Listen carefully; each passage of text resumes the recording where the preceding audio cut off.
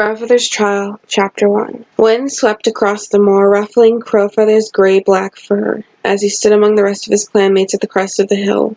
They were gathered in a ragged circle around their clan leader, One Star, who stood beside a small pile of stones. Crowfeather remembered what hard work it had been to find the right number of smooth, rounded stones and push them up the slope to the place they had chosen. His paws still ached from the effort, and he raised one forepaw to lick a scrape on his pad. But it was worth it to do this. "We will honor our clanmates who fell in the great battle," One Star mewed. "Each one of these stones stands for a fallen warrior, so that we will never forget their sacrifice. From now on, a patrol will visit this place every day, to repeat the names of those who died and to give thanks." Yes, Crowfeather thought, that way we'll never forget their courage. They saved us from the dark forest. The clan leader paused for a heartbeat, then dipped his head towards the brown and white Tom standing next to him.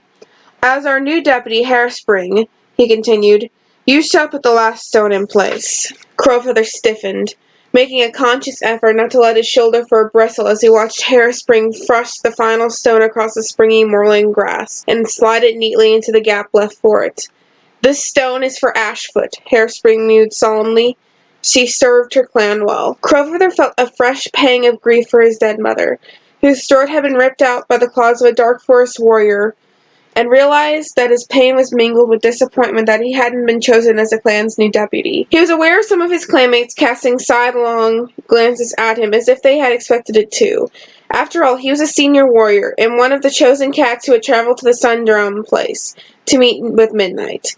"Both of my parents are deputies," he thought, "and I've given up more for my clan than any cat. But I suppose I'll never be deputy." Well, One Star wanted to send a message by choosing a dark forest cat.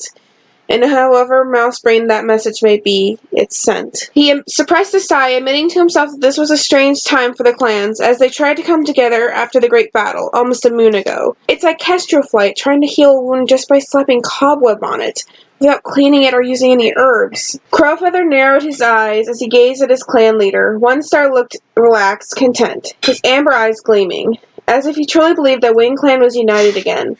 But Crowfeather knew it didn't always work like that, and maybe that was another reason why he hadn't been chosen. He was incapable of pretending that life could ever be that simple. When the last stone was in position, Kestrelflight, the Wind Clan medicine cat, padded up to stand beside the pile, looking out over the horizon. The wind ruffled his mottled gray pelt, but his voice rang out clearly across the moor. "We feel the loss of all of our dead clanmates, but we know they have been made welcome in Star Clan. May they have good hunting, swift running, and shelter when they sleep." He dipped his head in respect, then moved back into the crowd of his clanmates.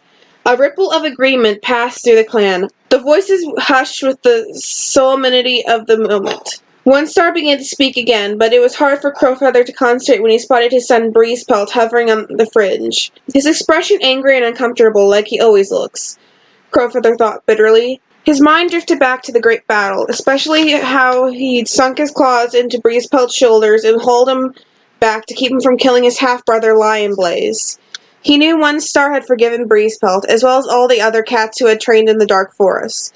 They had each taken a new oath of loyalty to Wing Clan, but Crowfeather knew the rest of the clan wasn't as eager to forgive as their leader. And the cat they were finding the hardest to forgive was Breezepelt. Even now he could see the suspicious looks directed towards his son, and he knew he would hear whispers once they returned to camp. All the Dark Forest warriors had come to their senses and fought beside the clans, all except Breezepelt. He had actually stood with the Dark Forest. He had fought on their side. It would be many moons before that was forgiven. As Crowfeather watched his son, Breezepelt turned his head, and for a heartbeat their gazes locked. Breezepelt's gaze was dark with anger and confusion. Then Crowfeather glanced away, not wanting Breezepelt to see the mixture of guilt and distrust that he could feel in his eyes. How did I fail so badly as a father? How did I raise a flea brain who grew up to be a traitor to Wing Clan? He's as much use as a dead fox. One Star drew his speech to an end, and with the ceremony over, the clan began breaking up into smaller groups, making their way down the hill toward the camp. Crowfeather noticed that the Dark Forest cats, Hairspring, Larkwing, Furzpelt, and Whiskernose were heading down together, as if they still felt they didn't belong with the rest of their clanmates. I was afraid of that, Crowfeather thought. One Star had made Larkwing a warrior because of her bravery in the great battle, and given the injuries Whiskernose had suffered in the same battle, One Star had let him retire with honor to the Elder's Den, and Hairspring was the new deputy. But none of that mattered if the rest of their clan wouldn't accept them. Why can't One Star see that? Why does he have bees in his brain? Crowfeather made his way back alone, padding along just behind a cluster of his clanmates. "I can't believe it!" Gorsetail exclaimed. "One star tells us to remember all the fallen warriors, but he's fine with the traitors who killed them staying in the clan." That's not fair," Crouchfoot protested, his ginger pelt bristling as the new warrior turned to his former mentor. "Wing Clan cats didn't kill their clanmates. Most of the cats who trained in the Dark Forest turned against them when they found out what was really going on." "Most?" Leaftail repeated with a lash of his tabby tail. "Not all." Moving as one again, the cats turned to stare at Breezepelt, who was padding along past them with Heathertail at his side. "I know what you mean," murmured Gorsetail. "It doesn't seem right that Breezepelt's still here. I know One Star thinks he isn't a traitor because he didn't try to kill a Wing Clan cat, but isn't fighting on the side of the Dark Forest just as bad? How can we ever trust him again?" "I never will," Leaftail asserted confidently. "The clan would almost be better off if something happened to Breezepelt," Gorsetail mewed. "Like a badger took care of him or something." Crowfeather couldn't suppress a gasp of shock. Great Star Clan, are they all feather-brained? He wasn't sure that he trusted Breezepelt, but he couldn't believe he had heard a cat wishing a death upon a warrior from her own clan. The four gossiping cats halted, and turning to look at him with expressions of horror in their faces. Clearly they had no idea that he could overhear what they were saying. Crowfeather!" Gorsetail began. Crowfeather ignored her, not in the mood to give them the rebuke that they were obviously expecting. "I don't give a mouse to what these flea brains think. They don't deserve the effort it would take to insult them." Instead, he stalked past them with his head down, making for the camp. His pelt grew hot with anger as he felt the gaze of his clanmates piercing him like wasp stings. It's horrible to hear them talking about his son like that, but the worst part of it was, he couldn't disagree with them. Back in camp, Crowfeather looked for his apprentice Featherpaw and found her near the fresh kill pile, sharing a vole with Slightpaw and Hootpaw. He noticed with approval how she kept her great tabby pelt neatly groomed, and her alert look as she spotted him approaching. He jerked his head to summon her. "Come on, we're going hunting." Featherpaw hastily swallowed the last mouthful of prey and swept her tongue over her jaws. Then she stood up. "Great! Hootpaw and Slightpaw are going out too. Can we all hunt together?" Crowfeather was about to refuse when Hairspring, Slightpaw's mentor, strolled up to join them. Hootpaw's mentor, Nightcloud, was just behind them. "That's a great idea," Hairspring mewed warmly. "The more hunting styles the apprentices can see, the better." Crowfeather groaned inwardly. The last cats he wanted to spend time with were the new deputy and Nightcloud, who was his former mate and the mother of his Wing Clan's son. "I should have never have mated with her," he thought. "It was a mouse-hearted attempt to make a family in my own clan." He had been angry and bitter over losing Leafpool. He had never loved Nightcloud, and she had never forgiven him for it. Nightcloud didn't look too pleased about the idea either, but all three apprentices were exchanging delighted glances at the thought of training together. Crowfeather didn't feel like he had much of a choice. Besides, he didn't want to disappoint Featherpaw. "Okay," he muttered. "One Star wants us to go and hunt down near the ThunderClan border," Hairstar announced. Gathering the patrol together with a swoop of his tail, there have been reports of weird scents in the area, and for some reason prey is scarce. Crowfeather nodded. "Good idea. I tried hunting over there the other day and came back empty-pawed." Hairspring took the lead as the patrol left camp and headed downhill towards the border with ThunderClan. The apprentices scampered along together, jostling one another and boasting about how much prey they were going to catch. The chilly wind had faded to a faint breeze, and wide patches of pale blue sky showed between clouds. Crowfeather sniffed the air and picked up the scent of a rabbit. "I've got a good feeling about today," Hairspring announced. "I think the prey will be running well." He sounded cheerful, though Crowfeather thought he had to be aware of the tension between him and Nightcloud, who was stalking along beside Hootpaw, as if she was trying to pretend Crowfeather wasn't there. "What's her problem?" "Well, I'm not going to beg for her attention, if that's what she expects." The deputy had hardly finished speaking when a rabbit startled up unexpectedly from a tussock of long grass and fled across the moor.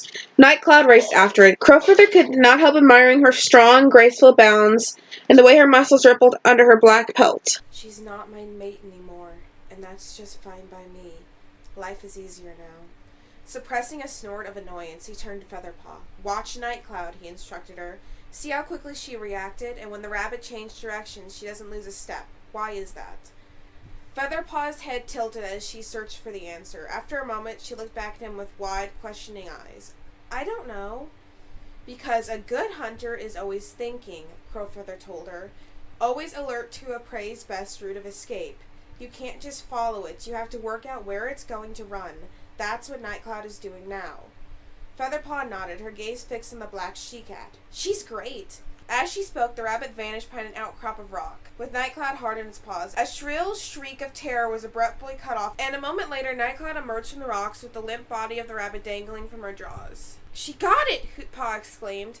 "Brilliant catch," Hairspring meowed heartily as Nightcloud padded back to the rest of the patrol. "Yeah, good job," Crowfeather added when her eyes briefly met his. Nightcloud swiftly looked away from him. "Thanks, Hairspring," she mewed. Crowfeather swallowed a rumble of annoyance, not wanting to look angry in front of the apprentices.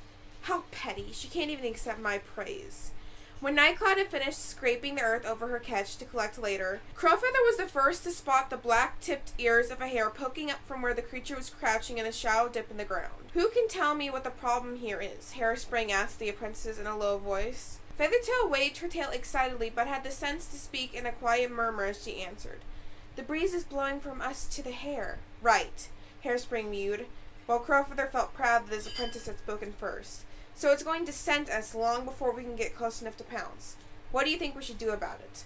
This time it was Hootpaw who replied. "Move around so we're in a better place." "Good," Hairspring praised, "and this is one of the times when it can be better to hunt in a team rather than alone. Crowfeather, I'm going to work my way around until I'm on the far side of the hare. When I give the signal, I want you to chase the hare over to me." Crowfeather nodded, thinking that if he had been leading the patrol, he would have given the task to one of the apprentices. "But I must be mouse-brained, because Hairspring's the deputy. What do I know?" "Okay." Hairspring set off at once, creeping along with his belly fur brushing the ground, taking advantage of every scrap of cover. Crowfeather could barely make out his brown and white pelt among the tussocks of grass. The apprentices watched, their claws flexing in anticipation. Before Hairspring was in position, a strong puff of wind passed over the ground. The hare's head lifted from its cover and its nose twitched. Then it sprang, fleeing back up the hill, forcing itself along with powerful strides of its hind legs. Hairspring rose to his paws, tail lasting in frustration. "Fox stung!" he exclaimed. Crowfeather hurled himself after the hare, quickly, noticing that a black shape was streaking alongside him. Nightcloud. "I'll try to overtake it," she gasped, "and drive it back to you." Put in an extra burst of speed, flashing past the hare and turning to confront it with teeth bared, claws extended. The hare almost tripped over its paws as it doubled back, skidding downhill. Crowfeather bunched his hind legs, launching into a leap, then landed on top of it and sank his fangs into its throat. Once the hare was dead, Crowfeather stood back panting and waited for Nightcloud to rejoin him. He wanted to share the triumph of a successful kill, just as he would with any of his clanmates, but Nightcloud padded past him towards the others as if she were hardly aware that he existed. "Who made dirt in her fresh kill?" Crowfeather gave a shrug. He picked up the hare and followed her, as if that was how she wanted things to be between them. He was not going to give her the satisfaction of showing her that he cared. "Wow, it's huge!" Slightpaw exclaimed as Crowfeather dropped the prey in Hairspring's paws. Crowfeather gave the deputy a nod. "Like you said, teamwork," he mewed dryly. Hairspring looked slightly discomforted. "Let's go further down," he suggested. "We might find some smaller prey near the stream, and the princess can have a try." "That'll take us past the place One Star asked us to check, too," Nightcloud added. When they had buried the prey, Hairspring took the lead again, making for the stretch of woodland on the Wing-Clan side of the border stream. Before they reached the trees, the deputy drew to a halt at the edge of a gorse thicket that staggered over the hillside. At the foot of the slope, a stretch of flat ground led to a steep bank riddled with holes. "One Star thinks there's something odd going on here," he mewed. "Let's see if we can find out what it is." Hootpaw's tail shot straight up in the air. "Are we going to explore the tunnels?" he asked. "Cool!" "You aren't going to explore anywhere," Nightcloud informed him sternly, flicking his shoulder with her tail. "All the apprentices keep back." "We never get to do anything," Hootpaw grumbled, his tail drooping.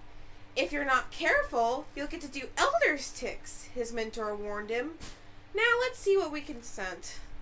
Crowfeather opened his jaws to taste the air, and at once an unfamiliar scent trickled past them. "Can you smell that?" he asked. "Weird," Hairspring murmured.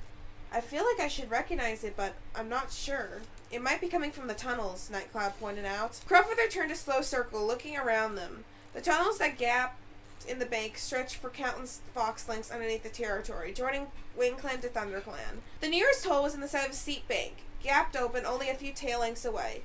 It was quite possible that some kind of animal had made a den just inside. "There's nowhere else it can be coming from," he responded to Nightcloud. "Maybe we ought to take a look." Even though Crowfeather made this suggestion, his pelt prickled with apprehension as he thought of padding down the darkness under the earth. So few cats used the tunnels now that he had no idea what condition they were in these days. "Featherpaw, you were told to stay back," he added as his apprentice craned her neck to peer into the gaping hole. Hairspring paused thoughtfully. His jaws opened, then he shook his head. The scent is pretty stale, he mewed. Whatever left it might be long gone. Or maybe they're just camped out very deep in the tunnel. Crowfeather didn't speak this out loud, though. The clan's new deputy had obviously decided not to investigate, and Crowfeather admitted to himself that he was relieved to stay out in the open air. So are we going to hunt or not? Nightcloud asked irritably. Sure we are. Why don't we see what we can find around here? If the scent is stale, the prey might be coming back. Good luck with that, Nightcloud murmured. It's been scarce on this side of the territory since just after the Great Battle. Hairspring shrugged. We can still give it a try, and we may find out something useful. 3 warriors split up, each taking their own apprentice. Crowfeather caught no prey scents on the ground and only faint traces in the air, but eventually he spotted a sparrow perched on a jutting spike of rock. Perfect for an apprentice's practice. Just as he was beginning to advise Featherpaw on how to pounce, a yowl split the air further along the bank. Great Starkland! He exclaimed. What was that? He whipped around and raced alongside the bank toward Hootpaw, who was standing rigid, his eyes fixed up on another one of the dark. His fur was so bushed up that he looked twice his size. Crowfeather's pelt prickled with anticipation as he wondered what could have spooked the apprentice like that. Hootpaw wasn't easily frightened. He was usually a bold and adventurous young cat. Hang on, I'm coming, Crowfeather called as he charged up, half expecting to see a fox or badger emerging from the tunnel, except that wasn't fox or badger scent. As Crowfeather halted beside Hootpaw, he thought he spotted something white and shining in the mouth of the tunnel, whisking out of sight into the darkness. That looks like a tail, he thought. Or am I seeing things? Featherpaw joined him panting, while Nightcloud hurried up with a roll in her jaws. Hairspring and Slightpaw ran up shortly after. What happened? Nightcloud asked, dropping her prey. Hootpaw, tell me you didn't go into the tunnel after what I told you. I didn't! Hootpaw protested. But I saw something in there. An animal I've never seen before. Like a glowing pure white pelt. It looked straight at me. Like it wanted to tell me something. Oh, for StarClan's sake, don't be so mouse-brained, Nightcloud snapped.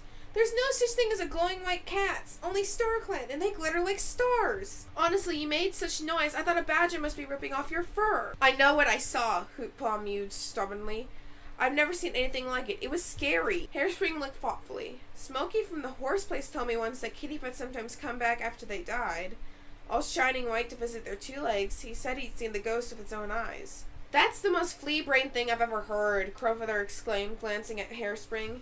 It was bad enough that Hootpaw was scared out of his fur. They didn't need Hairspring encouraging him.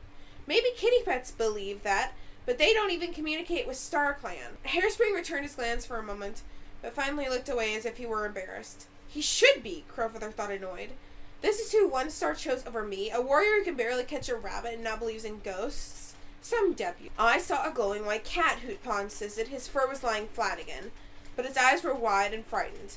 And Crowfeather could see that Featherpaw and Slightpaw were beginning to look apprehensive as well, casting nervous glances at the tunnel as if, at any moment, whatever the apprentice had seen was going to come back charging out of the shadows. Crowfeather knew it was nonsense, but all the same, something was niggling in the back of his mind. If there were ghost cats, he thought, this would be the right time for them to show up. We lost so many of our cats in the Great Battle. But he quickly dismissed the thought. Clearly he was letting the apprentices and their mouse-brained deputy get to. There had to be a perfectly reasonable explanation for whatever Hootpaw had seen, but now isn't the time to find it. I think we've done enough hunting for one day, he mewed decisively. Let's carry our prey back to camp. Hairspring opened his mouth to argue, but he quickly snapped it shut and nodded his head. Crowfeather knew the deputy was probably irritated that he was calling the shots, but since he was eager to leave the area, he went along with him. Without any further discussion, the patrol set off, collecting their prey as they went. The deputy loaded up the apprentices and sent them on ahead, while he padded behind with Crowfeather and Nightcloud. Crowfeather couldn't help noticing how subdued the apprentices seemed now, so different from their earlier playfulness. I have no idea what got into Hootpaw, Nightcloud sounded cross. He's usually so sensible. I know, Hairspring responded. That's why I believe him. At Nightcloud's annoyed expression, he continued. Look, I'm not saying they were glowing white cats, but he might have seen something.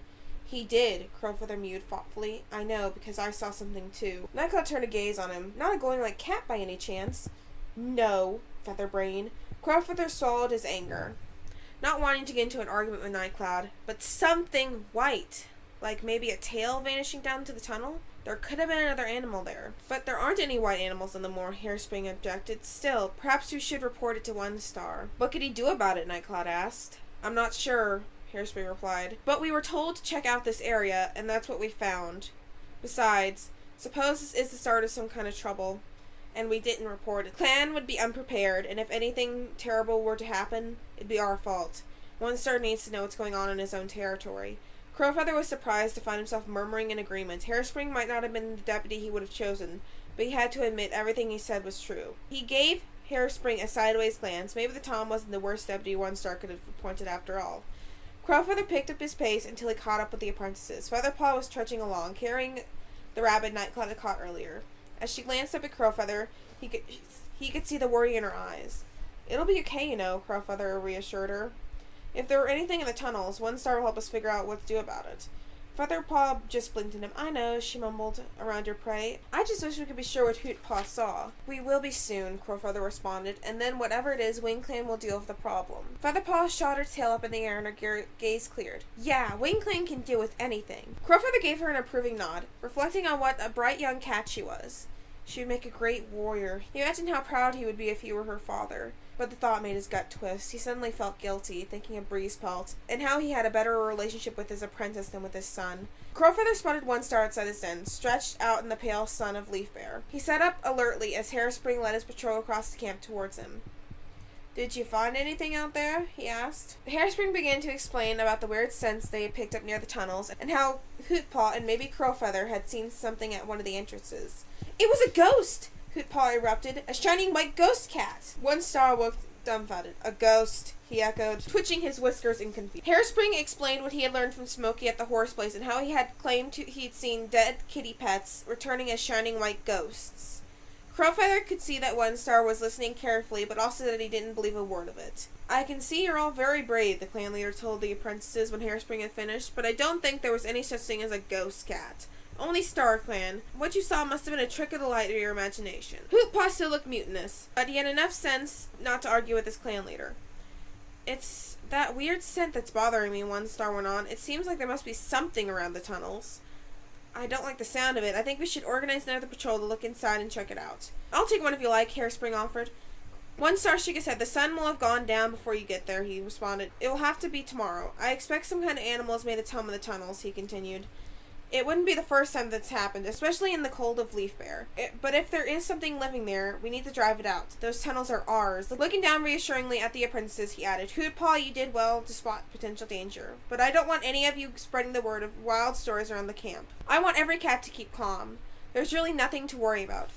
Crowfeather was impressed by his leader's authority and the way he comforted the apprentices, even though he doubted that Hootpaw would be able to keep his mouth shut about what he'd seen. Once the first shock was over, he would be too excited to keep quiet, and too fuzz-brained. "Okay," One Star mewed. "Go and get yourself something to eat. No, not you, Crowfeather," he added as the patrol began to move away. "I want a word with you." Crowfeather halted. "What now?" he wondered. One Star waited until the rest of the patrol was gone. "Tell me again what you saw. Give me as much detail as you can." "I ran up to the tunnel entrance when I heard Hootpaw yowl," Crowfeather explained, "and I caught a glimpse of something white disappearing into the darkness. I thought it looked like a tail, but I can't be sure. Maybe it was just as you said, a trick of the light. Or my imagination making me see danger." One Star listened intently, saying nothing until Crowfeather had finished. Then he shook his head sadly. "If there were a time for Wing Clan cats to be seeing ghosts, it would be now," he mewed. Echoing Crowfeather's earlier thought, "We lost so many cats in the great battle." Crowfeather nodded, his throat suddenly dry. It hurt to think of all the cats that he would never see again. "The loss of Ashfoot must weigh heavily on you," One Star went on, eyes full of sympathy. "I know you miss her every day." Crowfeather met One Star's gaze, surprised to hear the leader mention his mother. Even the sound of her name made his chest tighten with sorrow. Talking about his grief for his mother was still too painful. He had to struggle to respond without breaking down. "Yes, it's been difficult," Crowfeather admitted finally, almost having to push the words out of his mouth. "Perhaps you can find comfort in the rest of your family," One Star suggested. "Nightcloud and Breezepelt." Crowfeather felt his muscles tense, and said nothing.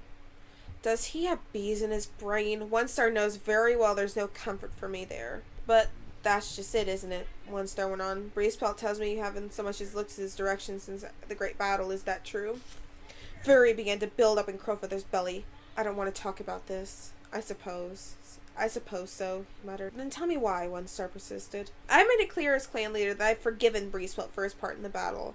And as he's sworn a new oath of loyalty to Wing Clan, so why, as Breezepelt's father, do you refuse to accept that?" I know what you say is true, Crowfeather responded, struggling to not unleash his pent-up frustration on the clan leader. But, well, you know I caught Breezebot about to kill Lion Blaze. Lion Blaze may be your son, but he is a Thunder Clan cat, One Star responded in a level voice. Breezepelt is a Wind Clan cat. It seems clear to me where your loyalty should lie. Crowfeather drew his lips back in the beginning of a snarl, but he could find nothing to say in the answer to his leader's arguments. He knew that what One Star said made sense.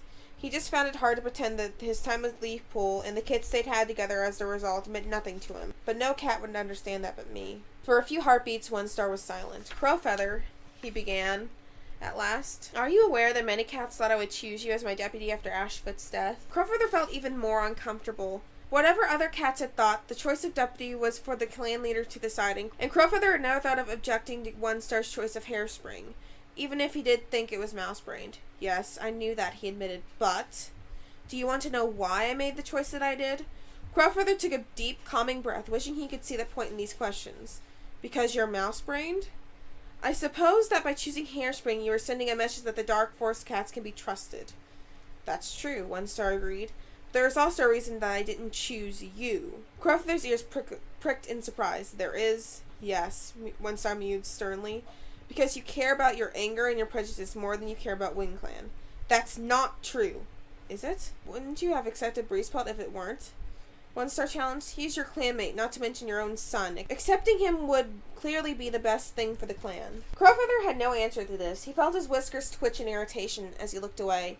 I am your clan leader, One Star went on, and I have said I will trust him. But you choose not to follow my lead. Instead of trusting your own son, you cling to your anger and disappointment. Crowfeather was silent, his claws flexing in and out as he struggled to calm himself. Part of him felt as if he should leap onto One Star and rake his claws through the leader's tabby fur. But he knew that attacking the leader would be crazy. If he lifted a claw to One Star, he'd be driven out of Wind Clan forever.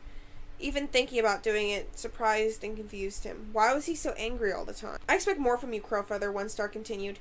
You are a brave, talented warrior, but you need to get to the bottom of your problems and become a true Wind Clan warrior once again. Do you know what I've given up to be loyal to Wind Clan? Crowfeather demanded, his anger spilling over at last. I've sacrificed so much, and you don't give so much of a mouse tail about that. Yet, even as he said those words, guilt began to seep into his mind. There had been a time when he would have left Wind Clan to be with Leafpool. It was her decision that led them back to the hunting grounds by the lake. From the way that One Star was looking at him, Crowfeather could tell that he suspected as much. One Star inclined his head. I do know what you have sacrificed, or what you think you have, he mewed. But if you are sincerely a Wind Clan cat above all else, you wouldn't have gotten yourself into that situation. And once you had, you would have accepted why it needed to end. You would not still be bitter about it. Full of rage and confusion, Crowfeather let his claws slide out and dig hard into the ground. He felt as if his blood were bubbling and his fur was prickling. He didn't nod or respond. You can go now, One Star told him with this dismissive wave of his tail. Tonight, Kestrel Flight will go to the Half Moon, he added. Perhaps StarClan will give him some guidance, and tomorrow I will send another patrol to see if we can find what's going on under the tunnels. Crowfeather waited until his fur had stopped prickling, then dipped his head respectfully to his clan leader and stalked away. As he headed for the fresh kill pile, he spotted Nightcloud and Breezepelt talking together. They broke off and raised their heads to watch him as he padded past, their eyes narrowed mistrustfully. Crowfeather thought of what One Star had said about letting his anger go. But I'm not ready for that. Not yet. Even more annoyed, Crowfeather seized the brush from the pile and carried it towards the edge of the camp, far away from any other cat, and ate alone in swift, angry bites. I've given everything to my clan, he thought resentfully. What more does One Star want from me?